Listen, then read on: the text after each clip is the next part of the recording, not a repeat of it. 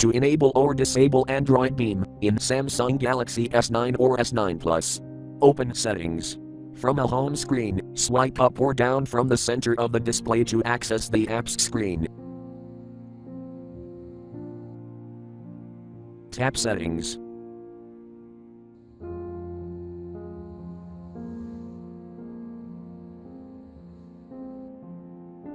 Tap Connections.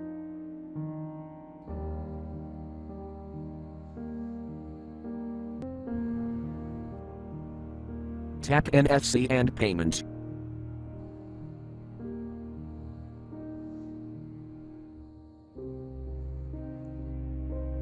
Tap NFC and Payment switch until blue to enable.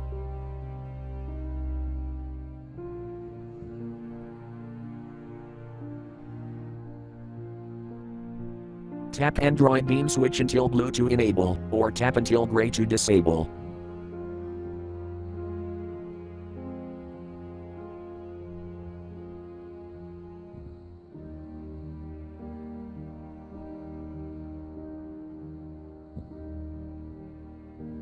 Thank you for watching. Have a nice day.